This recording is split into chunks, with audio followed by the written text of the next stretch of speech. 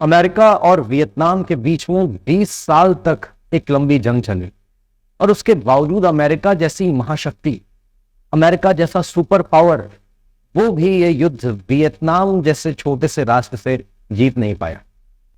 Cut to Afghanistan. 2001 के बाद America ने अफगानिस्तान के ऊपर में ताबड़तोड़ हमले किए। यहां पर भी ये लगभग 20 साल तक रहे।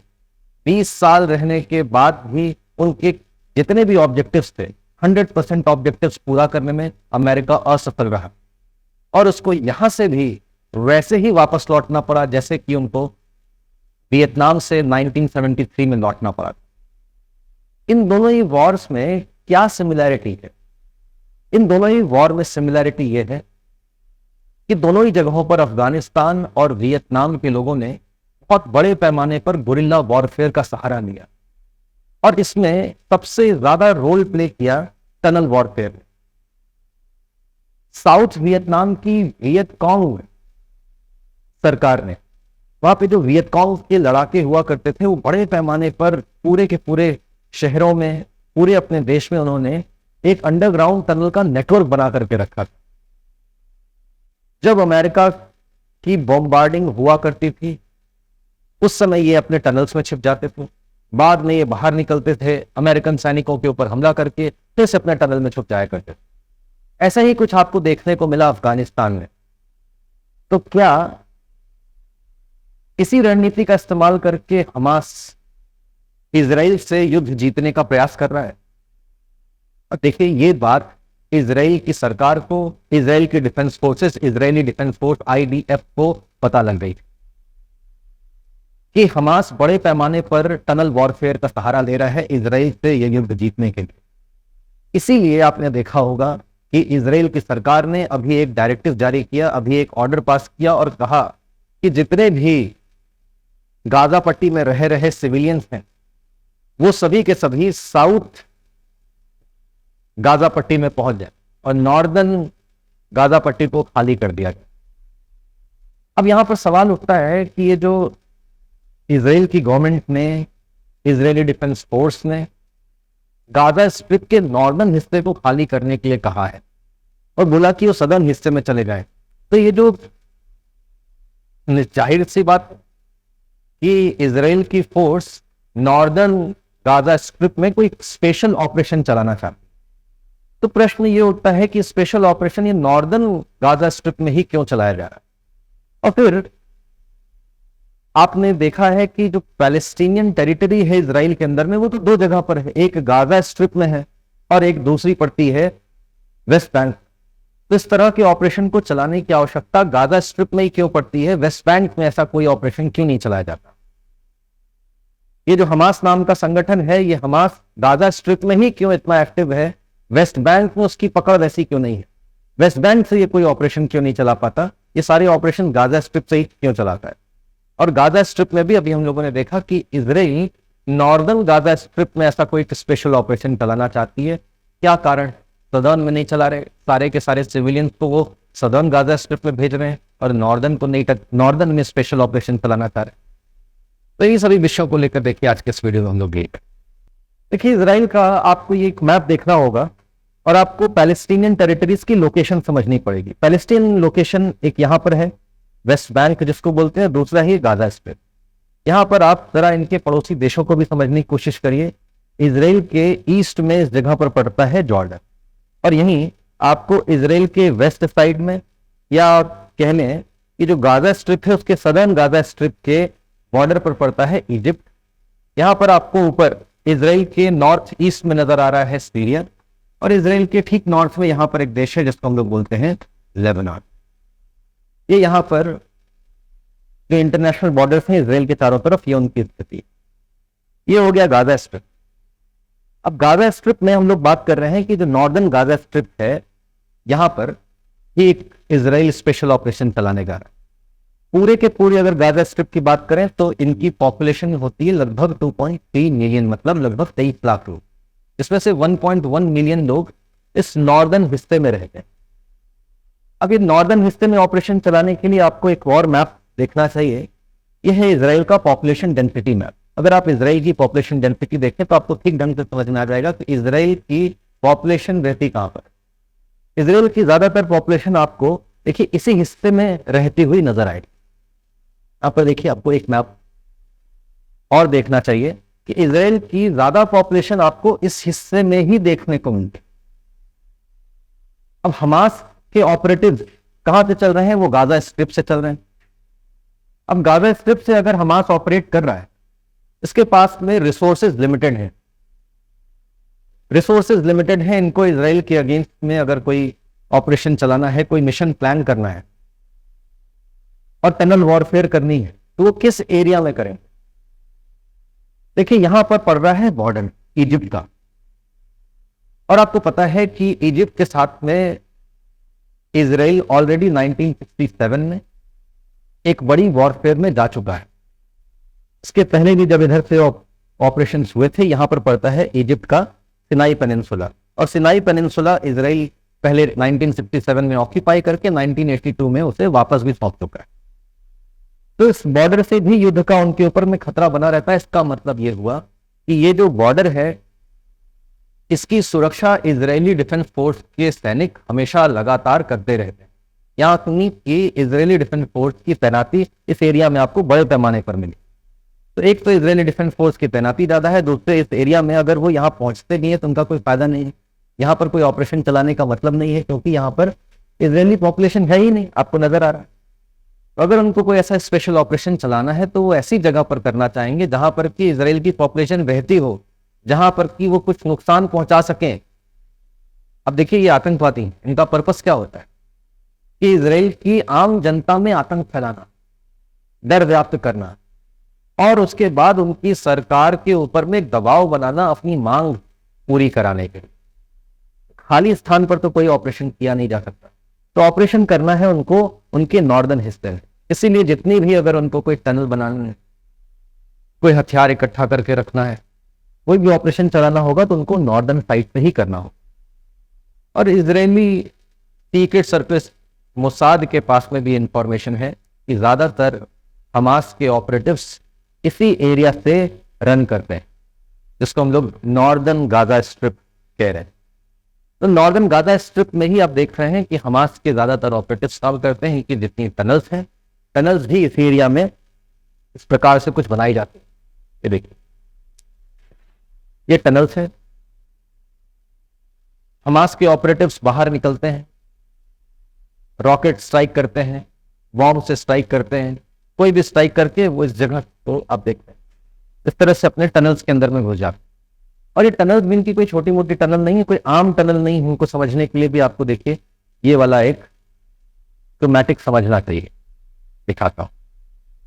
ये देखिए, अगर हम लोग गाजा स्ट्रिप और इजराइल के बॉर्डर की बात करें तो देखिए वो कुछ इस प्रकार से, इजराइल ने बहुत पहले ही इजराइल की टेरिटरी की सुरक्षा करने के इंतजाम कर लिए और यहाँ पे इस तरह से फेंसिंग की कर रखी। और फेंस में अब आप देखेंगे यहाँ पर अंडरग्राउंड यहाँ पर एक मोटी कंक्रीट की वॉल बनाई गई, जो कि सतह के ऊपर ही नहीं सतह के नीचे भी है। उनको भी पता था कि ऐसी कोई टनल बना करके कोई इधर से निकलने की कोशिश कर सकता है, लेकिन यहां पर हमास ने इस बार जो टनल्स बनाई हैं वो लगभग 30 मीटर तक गहरी हैं, जो कि इस वॉल की निचली सतह के नीचे से होकर के निकलते। 30 मीटर गहरी टनल अगर किसी ने खोद करके रखी है तो ऑब्वियसली किसी भी तरीके की एयर स्ट्राइक का कोई असर उनके ऊपर नहीं पड़ेगा। शायद यही कारण है कि इस बार अब इजराइल जब इस मूड में है कि हमास के साथ में, पैलेस्टीनियन मिलिटेंट्स के साथ में उनको एक फुल एंड फाइनल वॉर में जाना है, तो वो पूरी तैयारी करके आए हैं कि उनको पता है कि अब सिर्फ एयर स्ट्राइक से काम नहीं चलेगा, उनको अल्टीमेटली अपनी ground forces, ground troops Gaza strip में हमास के एरिया में उतारनी पड़ेंगी। और देखिए ये भी अक्सर कई बार देखा गया है कि हमास के जो मिलिटेंट्स हैं वो सिविलियन पॉपुलेशन को कवर की तरह से इस्तेमाल करते हैं।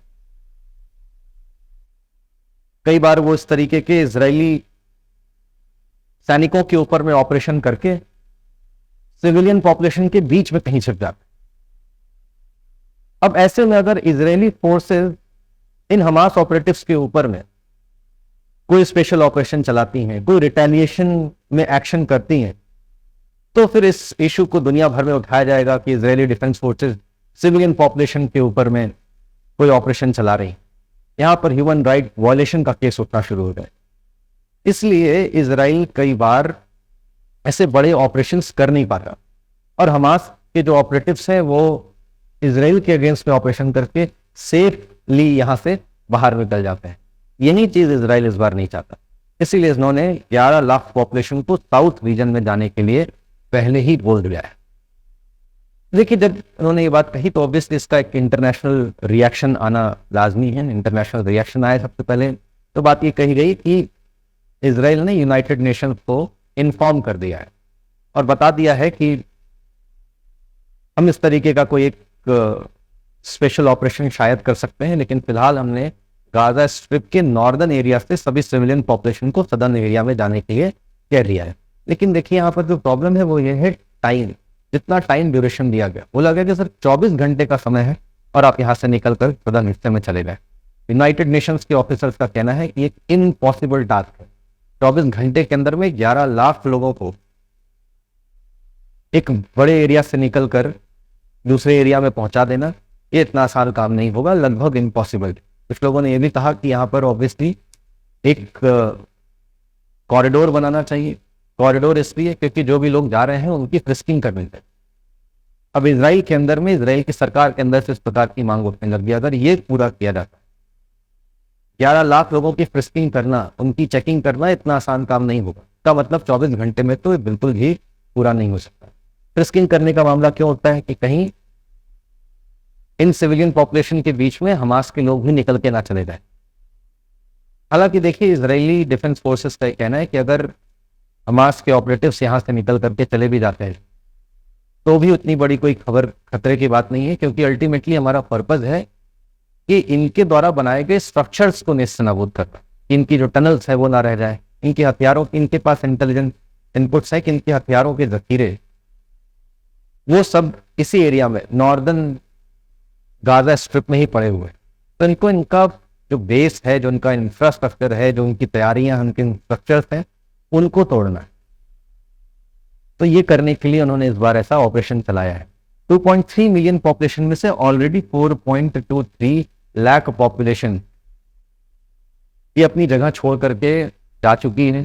जैसे कई सारे लोग पैदल, कुछ लोग गाड़ियों से, इनको जैसा मौका मिल रहा है उस तरह से ये अब दूसरे एरिया में जाने की कोशिश कर रहे।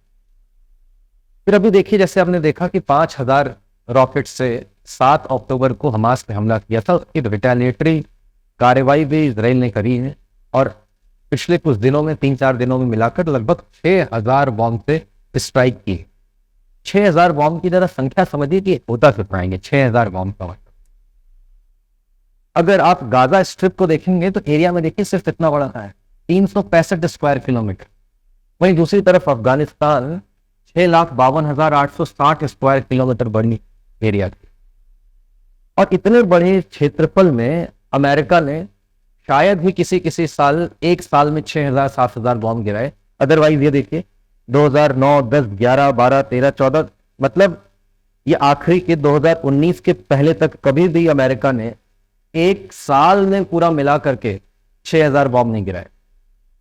और यहां पर सिर्फ 6-7 दिनों के अंदर में 4,000 टन से भारी एम्यूनेशन को 6,000 की संख्या में गाजा स्ट्रिप के छोटे से एरिया में गिरा दिया गया। तो इस प्रकार की बड़ी रिटेलिएटरी कार्रवाई इजराइल कर रहा है। एक और चीज जो आपको यहां पर देखनी चाहिए कि कहा जा रहा है कि अब जब से ये कॉन्फ्लिक्ट शुरू हुआ है, बड़ी ह्यूमैनिटेरियन क्राइसिस यहां पर पड़ी हो। गाजा स्ट्रिप की आप अगर लोकेशन देखें तो आपको ये बात दिख जाएगी कि गाजा स्ट्रिप पूरी तरीके से अपनी सभी सप्लाईज के लिए डिपेंडेंट किसके ऊपर? इजराइल के ऊपर।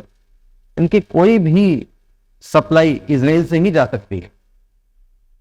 इनको जो विद्युत आपूर्ति होती है, इलेक्ट्रिसिटी सप्लाई होती है, वो इजराइल से होती है। इनको वाटर सप्लाई वो इजराइल से होती है। इनकी फूड सप्लाई, इनके सभी तरीके के जो दुनिया के साथ में कनेक्शन हैं वो सभी इजराइल के थ्रू ही होते हैं।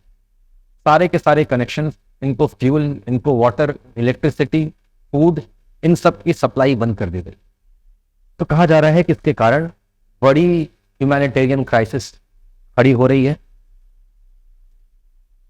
सिर्फ इतना ही नहीं, उनके हॉस्पिटल्स की अगर बात करें कि तो ये हो गया कि खाना नहीं है वहां पर, फूड सप्लाई नहीं है, तो ये हो गया कि खाना नहीं है वहां पर, फूड सप्लाई नहीं है, तो जो स्टोर्ड फूड है उसी से काम चला रहे हैं। ज्यादातर सिविलियन पॉपुलेशन अब दिन में एक मील खाने के लिए ही मजबूर है। हॉस्पिटल्स की बात करें कि जो लोग घायल हो रहे हैं उन लोगों को जब हॉस्पिटल ले जाया जा रहा है तो हॉस्पिटल्स भी ओवरबर्डन हैं, और हॉस्पिटल्स में भी खासकर से वो फ्यूल की शॉर्टेज से जूझ रहे हैं। इलेक्ट्रिसिटी सप्लाई है नहीं तो वहां पर जनरेटर से काम चलाया जा रहा है, और जनरेटर्स में भी भरने के लिए फ्यूल चाहिए और फ्यूल का भी शॉर्टेज, तो हॉस्पिटल भी कभी भी वहां पर ट्रिपल डाउन कर सकते हैं कि पूरी की पूरी एंटायर उनकी मेडिकल सिस्टम वो धराशायी हो सकती है। तो ऐसे में कहा जा रहा है कि बड़ी ह्यूमैनिटेरियन क्राइसिस यहां पर खड़ी है। इसके अलावा देखिए, इजराइल के इस ऑपरेशन में अब तक 1530 के करीब पैलेस्टीनियन लोग मारे जा चुके हैं। इजरायली डिफेंस फोर्स का कहना है कि 1530 में से 1500 तो सिर्फ हमास की मिलिटेंसी, हमने किसी सिविलियन पॉपुलेशन को नहीं मारा है। लेकिन बहुत सारी इंटरनेशनल जो एजेंसीज हैं, रिपोर्टर्स हैं जो वहां पर मौजूद हैं, उनका कहना है कि कहानी कुछ और है। कई सारे लोग जब गाजा स्ट्रिप से नॉर्दर्न एरिया से सदर्न एरिया की तरफ भाग करके जा रहे हैं तो उनकी कार्स पर भी आकर इजरायली बॉम्ब्स गिरे, तो भागते हुए लोगों के ऊपर में भी बॉम्ब गिराए गए। कुछ ऐसी जगहें थी जहां पर कि इजराइल की सरकार ने पहले बोला कि आप यहां पर जाकर के छुप सकते हैं, यहां पर जाकर आप शरण ले सकते हैं। जिन जगहों पर पहले से इजरायली सरकार ने बताया कि आप यहां पर शरण लें, वहां पर में भी इजराइल के बॉम्ब आकर के गिरे। और ऐसे में बड़ी संख्या में सिविलियन पॉपुलेशन का लॉस हो रहा है। इस तरह की चीजें भी आपको यहां पर देखने को मिल रही। के बाद देखिए, इजराइल ने एक और चीज की है, यहां पर एक नई टेक्निक का इस्तेमाल किया है, नई स्ट्रैटेजी को शुरू किया है। इंडिविजुअल कोई अगर टारगेट है तो उसको टारगेट ना बनाकर किसी एरिया में पता लग गया कि यहां पर हमास के 2-3 ऑपरेटिव्स रहते हैं, कुछ मिलिटेंट्स रहते हैं, तो उनके पूरे एंटायर नेबरहुड को, एंटायर एरिया को इस बार बॉम्ब करने की कोशिश की जा रही। ये स्ट्रैटेजी इसलिए अपनाई जा रही है क्योंकि अभी मैंने आपको बताया कि यहां पर वो टनल बना करके रह रहे हैं। एक बिल्डिंग से वो कोई स्ट्राइक करके वो दूसरी बिल्डिंग में कभी पहुंच जाते हैं, दूसरे रीजन में पहुंच जाते हैं। तो अंदर अंदर से जिस तरह का टनल का उनका कनेक्शन है, कनेक्टिविटी बनाई गई है, उसको तोड़ने के लिए एंटायर नेबरहुड को टारगेट बनाने का इस बार प्रयास किया जा रहा है इजराइल के द्वारा। शायद यही कारण है कि वो क्यों पूरे के पूरे वहां की पॉपुलेशन, सिविलियन पॉपुलेशन को यहां से जाने के लिए कहा गया। और देखिए, सिविलियन पॉपुलेशन को निर्देश क्या मिले कि आप नॉर्दर्न हिस्सा छोड़ के सदर्न में चले जाइए, और वापस कब लौटेंगे, जब आपको अगला आदेश दिया जाए। अब इस गाजा स्ट्रिप की टोटल पॉपुलेशन है 2.3 मिलियन, मतलब लगभग 23 लाख। अब पूरा का पूरा जो गाजा स्ट्रिप है 365 स्क्वायर किलोमीटर का। अभी भी अगर वहां की पॉपुलेशन डेंसिटी की बात करें तो लगभग 5500 पर्सन पर स्क्वायर किलोमीटर। अब ये जब आधे एरिया में रहेंगे तो इस एरिया की पॉपुलेशन डेंसिटी आप सोच सकते हैं, मतलब वो 10,000 पार हो जाएगी। 10,000 पॉपुलेशन डेंसिटी के एरिया में रहना अपने आप में एक बड़ी चुनौती है। तो इस प्रॉब्लम के साथ में इजराइल आगे कैसे डील करेगा, ये देखने वाली बात। उसके बाद देखिए, एक और बड़ी चीज जो आपको यहां पर देखने को मिल रही है वो ये कि यहां पर अमेरिका का इनको पूरा समर्थन प्राप्त दिखाई दे रहा है कि अमेरिका इजराइल के इस ऑपरेशन को पूरी तरह से एंडोर्स कर रहा है। ये कहां से नजर आता है? इजराइल के जो सेक्रेटरी ऑफ स्टेट हैं, जैसे कि आप समझ जाइए भारत के गृह मंत्री अमित शाह, उसी तरह के अधिकारी हैं वहां पर अमेरिका में, उनको हम लोग सेक्रेटरी ऑफ स्टेट बोलते हैं, एंथनी ब्लिंकन। उन्होंने अभी एक विजिट की इजराइल में, पर इतना ही नहीं, वहां पर जाने के बाद उन्होंने यूएस की वेपन सप्लाई को इंश्योर करने का वादा। तो ये भी बताया कि इजराइल इस अगर वॉर में जा रहा है तो उनको हथियारों की कोई कमी नहीं होने पाएगी, अमेरिका के हथियारों की सप्लाई उन तक लगातार बन गई। तो ये दोनों बातें दिखाती हैं कि अमेरिका का किस तरह से इजराइल को पूरा समर्थन प्राप्त है और वो इस स्पेशल ऑपरेशन को एंडोर्स करते हैं। अगली जो बड़ी चीज आपको इस ऑपरेशन में देखने को मिल रही है, इस पूरे घटनाक्रम में जो आपको देखने को मिल रहा है, वो ये जो मैंने आपको पिछले वीडियो में भी बताने की कोशिश की, वो ये कि देखिए, इजराइल के लिए बड़ी चुनौती हमास नहीं है। मैं फिर से कह रहा हूं, पिछली बार बता, हमास को कंट्रोल कर लेंगे आईडीएफ के लोग, ऐसा उनको पूरा कॉन्फिडेंस। लेकिन असली जो उनको चुनौती आएगी, उनको पता है लॉन्ग टर्म में उनको चुनौती आने वाली है ईरान से। देखिए, इजराइल और ईरान का डायरेक्ट बॉर्डर तो नहीं लगता, लेकिन इजराइल के बॉर्डर पर जो देश है, अभी मैंने आपको तो दिखाया, इजराइल के बॉर्डर पर जो देश पड़ते हैं, देखिए इनके बॉर्डर पर कंट्रीज पड़ती हैं इजिप्ट, दूसरी तरफ लेबनान, ये देखिए सीरिया, लेबनान, जॉर्डन, इजिप्ट। इसमें से ये दो कंट्री, एक लेबनान और एक सीरिया, यहां पर शिया पॉपुलेशन ज्यादा होने के कारण ईरान का पूरा समर्थन इनको प्राप्त। और इन दोनों कंट्रीज में एक शिया मिलिटेंट ग्रुप हिजबुल्लाह काफी एक्टिव, जिसको पूरी तरह से समर्थन इजराइल ईरान का प्राप्त है। ईरान से पिछली बार भी आपको मैंने बताया था कि ईरान से उनको फंडिंग मिलती है, ईरान से ट्रेनिंग मिलती है, ईरान से हथियार मिलते हैं, ईरान से उनको लड़ाके भी मिलते हैं। और वो हिजबुल्लाह लेबनान में और सीरिया में एक्टिव है।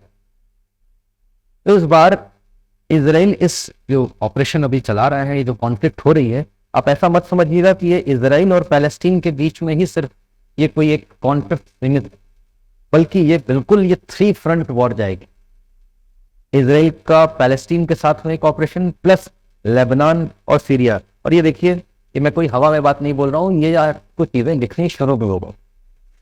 ये देखिए कहा जा रहा है कि इजराइल इस बार war with Hamas clashes with Lebanon, Syria, how Israel faces attack on 3 front.